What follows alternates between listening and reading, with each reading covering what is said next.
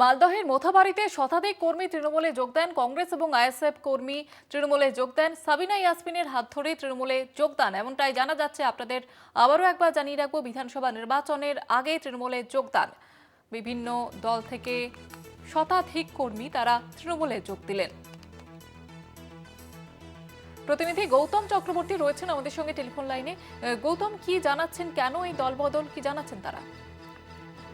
দেখো জয়িতা, এই যে মালদার মৌসম নূর তৃণমূলের রাজ্যসভার সাংসদ ছিলেন, উনি কংগ্রেসে চলে যান এবং কংগ্রেসে চলে যাওয়ার পর কংগ্রেস থেকে বলা হয় যে বিভিন্ন বিধানসভায় তৃণমূল ছেড়ে কংগ্রেসের যোগদানের হিড়িক পড়েছে। কিন্তু সেটা দেখা গেল যে কংগ্রেস এবং আইএসএফ থেকে প্রায় শতাধিক কংগ্রেস কর্মী এবং আইএসএফ কর্মী 119 নম্বর বুথের তারা আজকে মোথাবাড়ি বিধানসভার সাটাঙ্গা পাড়ার যে এলাকা রয়েছে সেইখানে তারা আজকে তৃণমূল কংগ্রেসে যোগদান করে এবং কংগ্রেস এবং আইএসএফ ছেড়ে, এবং তারা পরিষ্কারভাবে জানিয়েছেন যে আগামী যে বিধানসভা নির্বাচন, সেই নির্বাচনে তারা তৃণমূল কংগ্রেসের হয়েই প্রচার এবং তারা ভোটের কাজ করবেন।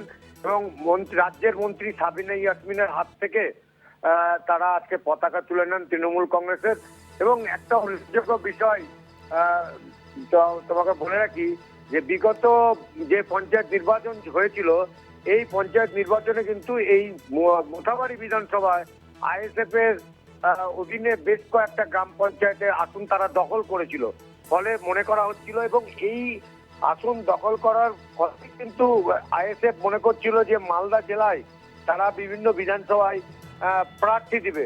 কিন্তু আজকে ধাক্কা খেলো তাদের যে কর্মী সমর্থকেরা যেভাবে তাদের দল ছেড়ে বিশেষ করে মহিলারা তৃণমূল কংগ্রেসে আজকে যোগ দিল, সেটা থেকে কিন্তু মনে করা হচ্ছে যে অনেকটাই ধাক্কা খাবে আইএসএফ। বা এই যে হুমায়ুন কবিরও যে মাঝে মালদা এসেছিলেন, এই আইএসএফ কে নিয়ে মিটিং করেছিলেন, মোথাবাড়ি একটা তাদের শক্ত ভিত ছিল, সেইটা কিন্তু আজকে নড়বড়ে হয়ে গেল এবং আইএসএফ এবং কংগ্রেস ছেড়ে মানুষেরা তৃণমূল কংগ্রেসে যোগ দেওয়া।